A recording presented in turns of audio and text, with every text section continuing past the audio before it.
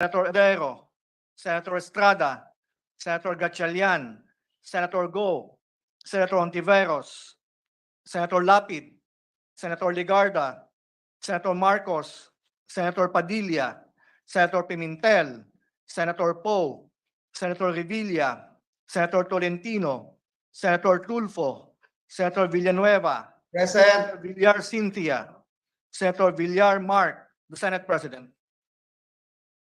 With 21 senators physically present and, 22 senators physically present and one senator, our distinguished majority floor leader who's affected by COVID, virtually present for a total of 22, rather, with 21 senators present physically, 22 all in all. Majority leader, Mr. President, I move that we dispense with the reading of the journal of the 71st session, Wednesday, May 17, 2020, and consider the same as approved.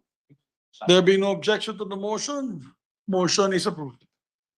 Mr. President, I move that we proceed with the reference of business. Before we do that, do you want to greet first those guests that are on the Yes, Mr. President, before we proceed, we'd like to acknowledge the guests of Senator Win Gatchalian, Duero Bohol Mayor Al Taulad, Pilar Bohol Mayor Wilson Pajo, Lobok Bohol Mayor Raymond Hala, Garcia Hernandez Bohol Mayor Philadelphia Jess Baha, and Gindulman Mayor Albino Ben Palo.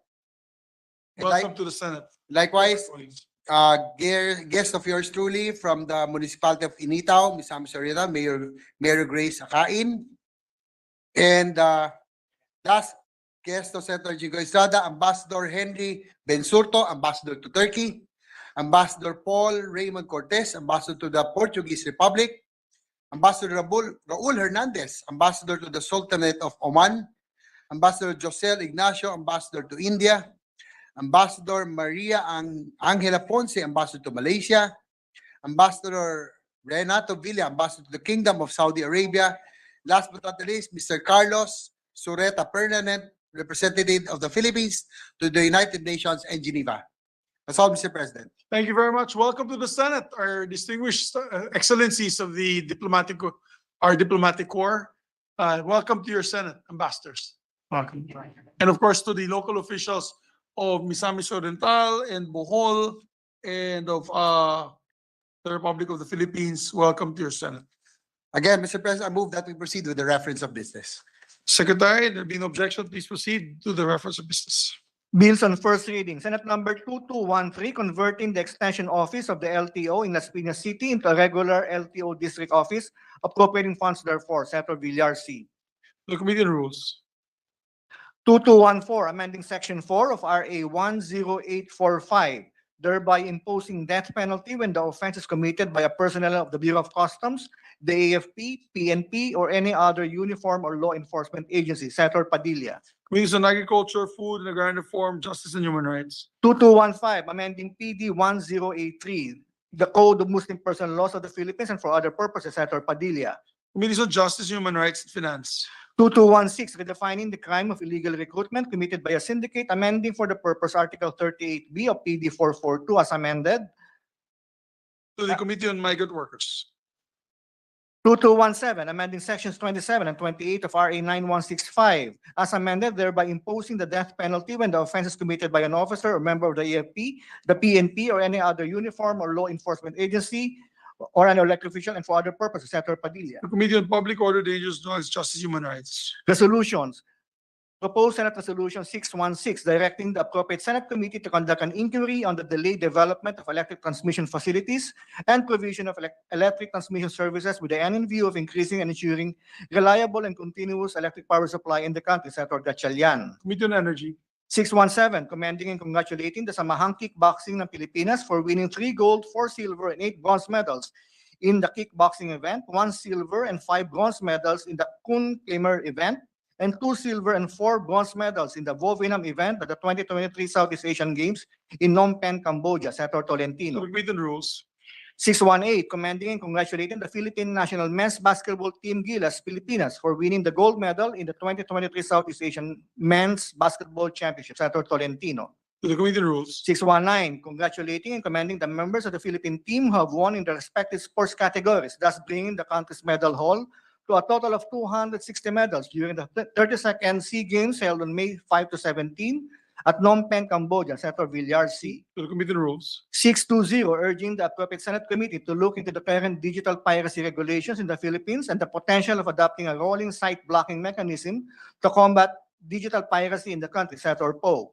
Committees on Public Information, Mass Media, Trade and Commerce, and Entrepreneurship. 621, commending and congratulating all the Filipino medalists of the 32nd Southeast Asian Games for bringing pride and honor to the country. Senator Angara. Committee on Rules. 622, congratulating and commending the Philippine Sports Commission, athletes, and the rest of Team Philippines for their outstanding effort and performance during the recently concluded 32nd Southeast Asian Games. Senator Lapid. To the Committee on Rules. 623, recognizing and commending the entire Philippine delegation for their exemplary performance during the 32nd Southeast Asian Games. Senator Revilla Jr. To the Committee on Rules. 624, congratulating and commending Bianca Bustamante for her exceptional achievement as the first Filipino to win the Formula One Academy. Senator Marcos. Committee on Rules. I believe, Majority Leader, we have third reading measures for third reading. Yes, Mr. President. We have three measures for third reading. I move to consider on third reading Senate Bill number 2021. This is the bill institutionalizing the Shared Service Facilities or SSF project for MSMEs. Printed copies of the bill were electronically distributed to members on May 17, 2023 in compliance with the 3-day rule in the Constitution. With there being no objection, Senate Secretary, please proceed with the roll call vote. An act to institutionalize the Shared Service Facilities Project for Micro, Small, and Medium Enterprises by amending Republic Act number 6977, otherwise known as the Magna Carta for Small Enterprises, as amended by Republic Act number 9501, otherwise known as the Magna Carta for Micro, Small, and Medium Enterprises. Roll call vote. The Honorable Senator Angara, Senator Binay, Senator Cayetano Alan, Senator Cayetano Pia, Senator De La Rosa, Senator Ejercito, Senator Escudero, Senator Estrada, Senator Gatchalian, Senator Go, Senator Ontiveros, Senator Lapid, Senator Legarda, Senator Marcos, Senator Padilla, Senator Pimentel, Senator Poe, Senator Revilla, Senator Tolentino, Senator Tulfo, Senator Villanueva, Yes. Senator Villar Cynthia, Senator Villar Mark, the Senate President. Yes. With 22 affirmative votes, 0 abstentions, and 0 negative votes, Senate Bill number 2021 is approved on third reading. I just ask my colleagues to settle down because we are doing votation, please, for third reading measures. You can conduct the meetings in another room with our visitors. Please proceed. Yes, Mr. President, second measure for approval on third reading. Mr. President, I move to consider on third reading Senate Bill number 1964. This is the Bill Kabalikat sa Pagturo Act. Printed copies of the bill were electronically distributed to the members on May 17, 2020 in compliance with the 3-day rule in the Constitution. I so move, Mr. President. There being no objection, please proceed, Secretary, to the roll call vote for third reading. An act institutionalizing the grant of a teaching allowance for public school teachers and appropriating funds therefore. Roll call vote. The Honorable Senator Angara, Senator Binay, Senator Cayetano Alan, Senator Cayetano Pia, Senator De La Rosa, Senator Ejercito, Senator Escudero, Senator Estrada, Senator Gatchalian, Senator Go, Senator Ontiveros, Senator Lapid, Senator Legarda, Senator Marcos, Senator Padilla, Senator Pimentel, Senator Poe, Senator Revilla, Senator Tolentino, Senator Tulfo, Senator Villanueva, Yes. Senator Villar Cynthia, Senator Villar Mark, the Senate President. With 22 affirmative votes, 0 negative votes, and abstentions, Senate Bill number 1964 is approved on third reading. Congratulations to the sponsor, Senator Revilla, and author. Yes, Mr. President, before we proceed to the third measure, Senator Revilla, the sponsor, would like to deliver a manifestation. I move that he be recognized. Yes, we'd like to recognize the distinguished gentleman from the great province of Cavite, Senator Ramon Bong Revilla Jr. Thank you, Mr. President. I rise today to thank this august chamber for once again standing behind our heroic teachers who have constantly given their all to nurture the youth of our nation. Binigyan silip natin sa bulwagang ito at binigyang tugon ang mga pangangailangan ng ating mga bayaning guro na katuwang ng Estado at mga magulang sa pagtataguyod ng kabataang Pinoy na siya pa rin nating itinuturing na pag-asa ng ating bayan.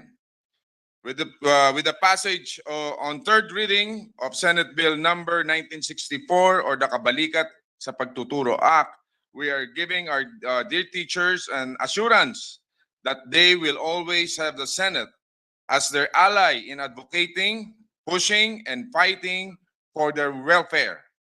Isang hakbang pa lang ito sa marami pa nating mga ipapasang panukala upang bigyang sandata ang ating mga guro, lalo na't sa kanilang papel na ginagampanan sa buhay ng ating mga kabataan ay hindi matatawaran.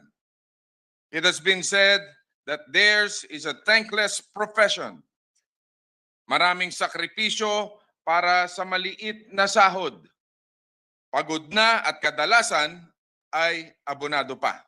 At ito nga pong pagsasabatas ng teaching allowance ay isang seguridad sa kanila upang hindi pa nilang higit pa nilang magampanan ang kanilang mga responsibilidad nang hindi naman na isasantabi ang sariling pangangailangan. With this great honor that we shepherd this meaningful legislation that will be our loudest declaration of our commitment to our teachers, that they will never be alone in this journey. Muli, salamat sa ating mga kasamahan dito sa Senado, sa inyong buong suporta sa panukalang ito. Hindi ko na po isa-isain pa dahil lahat po tayo ay nagsikap na bigyang katuparan nito. Kaya maraming salamat sa inyo mga kasama. At saludo tayo, ito ay isang patunay na saludo tayo sa agarang matamasa ng ating mga guro ito at sa kanilang kabayanihan. Muli, maraming salamat po, Ginoong Pangulo. Thank you very much. Thank you very much, distinguished colleague. Majority Leader. Likewise, Mr. President, before we move on, Senator Ronald Bato de la Rosa will likewise deliver an explanation of vote. Yes, we'd like to recognize the distinguished colleague from Davao, Senator Ronald Bato de la Rosa. Thank you, Mr. President. Mr. President, I wish to take this opportunity to explain my affirmative vote for the approval on third reading of Senate Bill number 1964, otherwise known as the Kabalikat sa Pagtuturo Act. In my co-sponsorship of this measure, I talk at length about how the napagkakasya naman mentality, which is something we Filipinos are known for, should not be applied to our treatment of our teachers. Sila na kabalikat natin sa pagpapalaki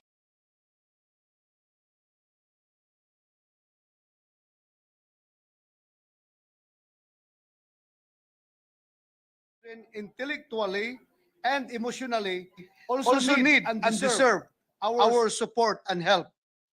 This is why I give this measure my loudest affirmative vote, Mr. President. Ernie Duncan once said, "Wherever you find something extraordinary, you'll find the fingerprints of a great teacher." Today, it is my fervent hope that Filipino teachers will be even more inspired to scale greater heights, to conquer more extraordinary feats, knowing that their Senate has got their backs. If great teachers are those who can bring out the best in their students, then let it be known that a great Senate is also that which, through inspired leadership and legislation can bring out the best in their educators. With the able chairmanship of the Committee on Civil Service, Government Reorganization, and Professional Regulation, my good friend, Senator Bong Revilla, allow me to express my full support for the immediate passage of this happy bill into law. Thank you, Mr. President. Maraming salamat, Senator Bato de la Rosa. Majority Leader. Mr. President, I move to consider on third reading Senate Bill number 1410. This is the bill pertaining to the National Day of Awareness on the hijab and other traditional garments and attire. Printed copies of the bill were electronically distributed to the members on May 17, 2020 in compliance with the 3-day rule in the Constitution. I so move, Mr. President. There being no objection to the motion, we ask the Secretary to proceed with the roll call vote.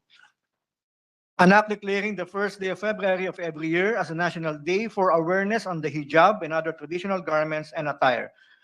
Roll call vote. The Honorable Senator Angara, Senator Binay, Senator Cayetano Alan, Senator Cayetano Pia, Senator De La Rosa, Senator Ejercito, Senator Escudero, Senator Estrada, Senator Gatchalian,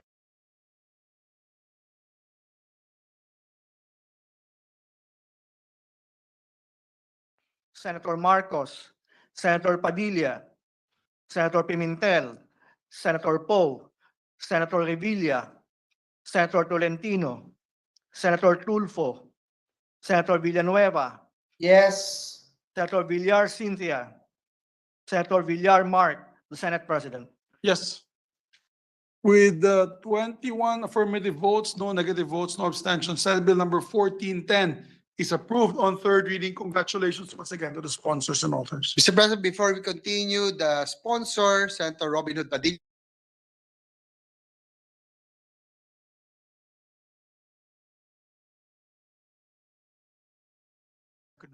Maraming salamat po, Ginoong Pangulo. Sa banal na pangalan po, sa 99 names of God, Assalamualaikum warahmatullahi wabarakatuh. Ginoong Pangulo, sa mga kapwa ko, miyembro ng lupon na ito, ako po ay nagpapasalamat sa ating mga kasamahan dito sa Senado sa pamumuno at patuloy at patnubay ng ating minamahal na Senate President Miguel Zubiri upang maipasa ang Senate Bill number 1410. Napaka-espesyal po ng araw na ito, hindi lamang po para sa ating mga kapatid na Muslim, kung hindi para sa lahat ng mga Pilipinong naghahangad ng mas malalim na pag-unawa sa pagkakaiba ng kultura, tradisyon at pananampalataya. Sa ating paghahangad ng isang lipunang walang diskriminasyon, napakahalagang kilalanin at harapin, hindi takasan at iwasan ang mga partikular na hamon na kinakaharap ng isang komunidad. Tulad na lamang po ng aking sinasambit, ang pangkalahatang layunin ng pagkakapantay-pantay ay hindi makakamit sa pamamagitan lamang ng pagpapahayag nito kung hindi natin kinikilala ang mga umiiral na katotohanan. Madalas ay hinahantulad ko ito sa isang masikip at siksikang silid na kung ang lahat ay magsimulang magsalita ng sabay-sabay, hindi maiiwasang malunod na lamang at hindi mabigyan ng pansin ang mga boses ng mga nangangailangan ng agarang atensyon. Ang pagkilala sa mga pakikibaka ng isang grupo ay hindi nangangahulugan na binabawasan natin ang kahalagan ng iba. Sa halip, malinaw ang ating bitiin. Ang pagpapalakas ng boses ng mga nangangailangan para isulong ang tunay na pagkakapantay-pantay. Walang hanggang pasasalamat sa aking mga kasamahan nating tumayo kasama ang inyong lingkod upang makamit sa anumang anyo ang ating inaasam na layunin para sa ating mga kababayan. Muli po, maraming salamat po sa inyo. Mabuhay ang ating lupon. Congratulations po sa ating sponsor. This is your first measure as a senator. Congratulations. po. Salamat po. Congratulations to our colleague, Senator Robin Hood Padilla. Mr. President, we have two measures for amendment. The first is Senate Bill 2035. Mr. President, I move that we resume consideration of Senate Bill number 2035 under Committee Report number 63. This is the Trabaho para sa Bayan Act. I so move, Mr. President. Yes, I believe our distinguished majority floor leader will sponsor the measure online and ask us, there being no objections, let's proceed. The period of amendments. Mr. President, the parliamentary status of this measure is we close the period of interpellation. With that, Mr. President, I move to the period of amendments. I so move, Mr. President. There being no objection, motion is approved. With no committee amendments, I move that we open the period of individual amendments. There being no objection, motion is approved. Individual amendments, period of individual amendments are in order.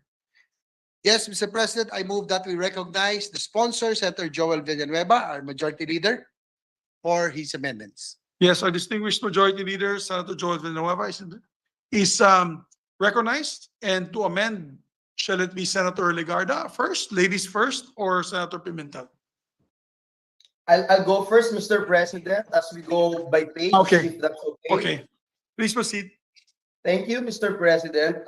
Mr. President, on page 3, line 5, after the word startups, insert and cooperatives. Thus, the provision would now read as follows. Letter A, providing support for the establishment, business continuity, and growth of MSMEs, including startups and cooperatives, through increased access to financing, capital, and other incentives, transition of informal MSMEs to formality, and other support mechanisms. Mr. President, the rationale behind this is you and I agree, Mr. President, the importance and potential of cooperatives in employment and income generation need to be emphasized and monitored by the Trabaho para sa Bayan. So the Interagency Council, Mr. President, would monitor this. Thank you, Mr. President. There is no objection to your amendment, therefore amendment as approved. Please proceed. Thank you, Mr. President. I'm not sure if I'm supposed to be the one reading the amendment of Senator Legarda, if I may. Is it all right with the distinguished proponent? Yes, she says it's all right. You Okay, may Mr. read the President. Thank you, amendments. Mr. President. Thank you, Senator Legarda. On page 4, and this is the amendment of Senator Lauren Legarda, page 4, line 8, insert a new paragraph I, letter I, which shall read as follows. Providing standards for training and employment of apprentices and formulating guidelines for the creation of apprenticeship programs and other enterprise-based education and training modalities to improve productivity and efficiency in the workforce. We accept this amendment, Mr. President, because in building the country's labor force, we are all in agreement that apprenticeship programs are necessary to provide an opportunity for career growth through critical and technical training and experience. Thank you. I so move, Mr. President.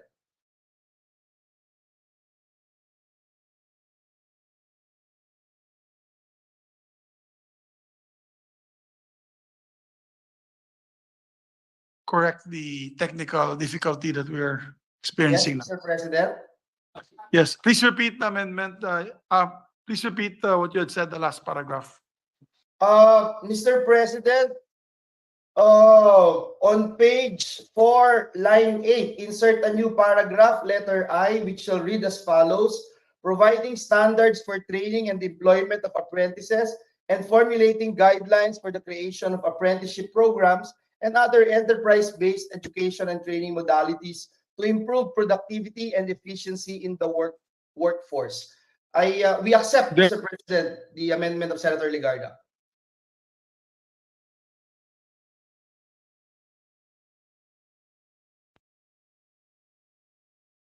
Yes, Mr. Please President. proceed, Majority Leader. For the second, Mr. President, on page 4, line 11, insert a new subparagraph J, which shall read as follows. establishing effective and inclusive grievance redress mechanisms to provide an accessible and credible channel for complaints and exact accountability for those liable for Let him- obligations and comments. Senator Joel, So- sorry, we lost you. Oh. You have to start again. Sorry, Mr. President, on page 4, line 11, insert a new paragraph J, which shall read as follows. Establishing effective and inclusive grievance redress mechanisms to provide an accessible and credible channel for complaints and exact accountability for those liable for obligations and commitments. We accept the amendment of Senator Legarda. So moves. There being no objection and accepted by the sponsor, the amendments is accepted. That would be all, Mr. President, unless our colleagues would like to introduce their individual amendments.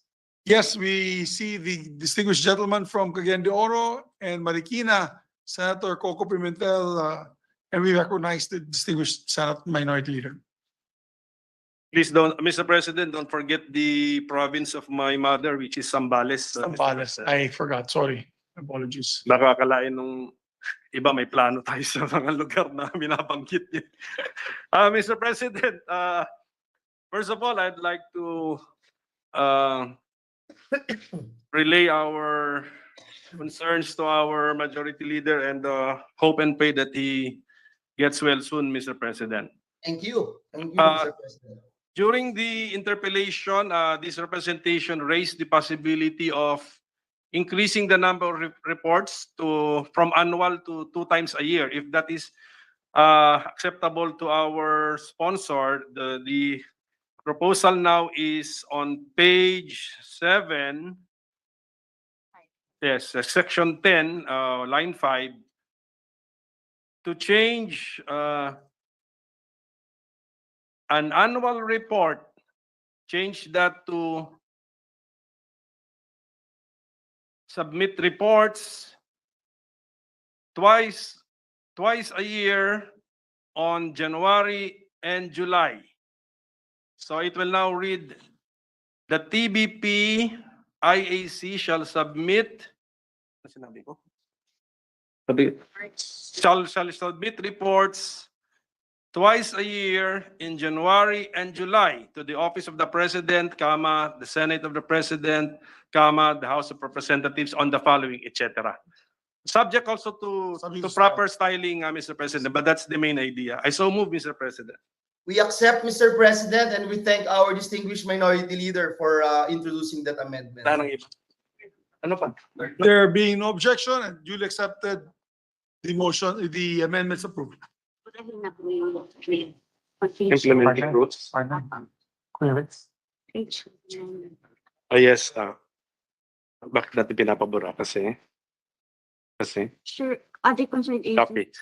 On same page 7, Mr. President, on section 11, it's about implementing rules and regulations.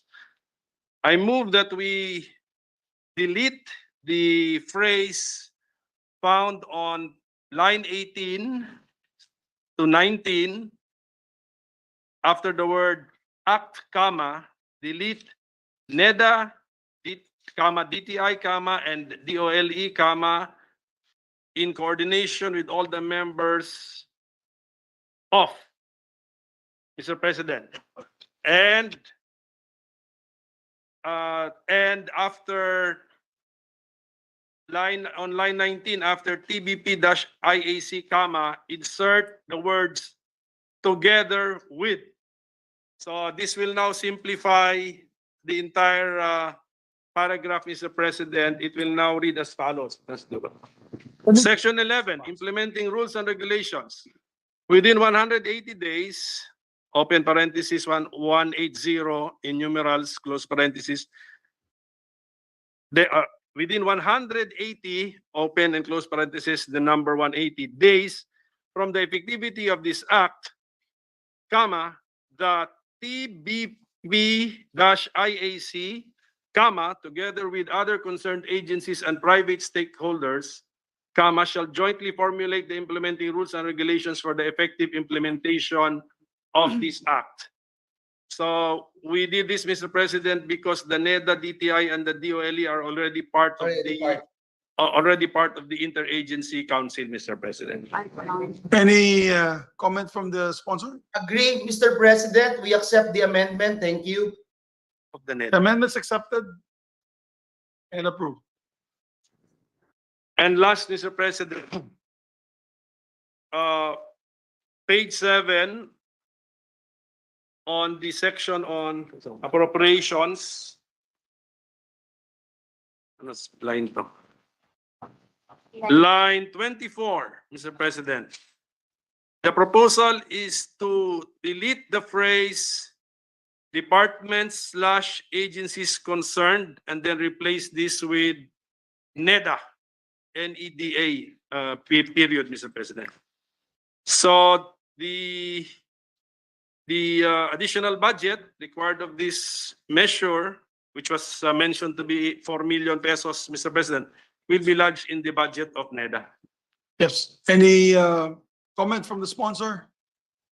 Can I just ask if the distinguished minority leader is only looking after the operation of the board, but not, Mr. President, the operations of different agencies, because they have their own budgets, and we don't want them to be misconstrued as budget only for the use of the board, Mr. I President. withdraw the proposed amendment, Mr. President. Thank Thank you. Thank you for that Amendment's withdrawn. inputs from the Thank sponsor. you. Thank you. Thank you. Thank Thank you you, for for the distinguished understanding. minority floor leader.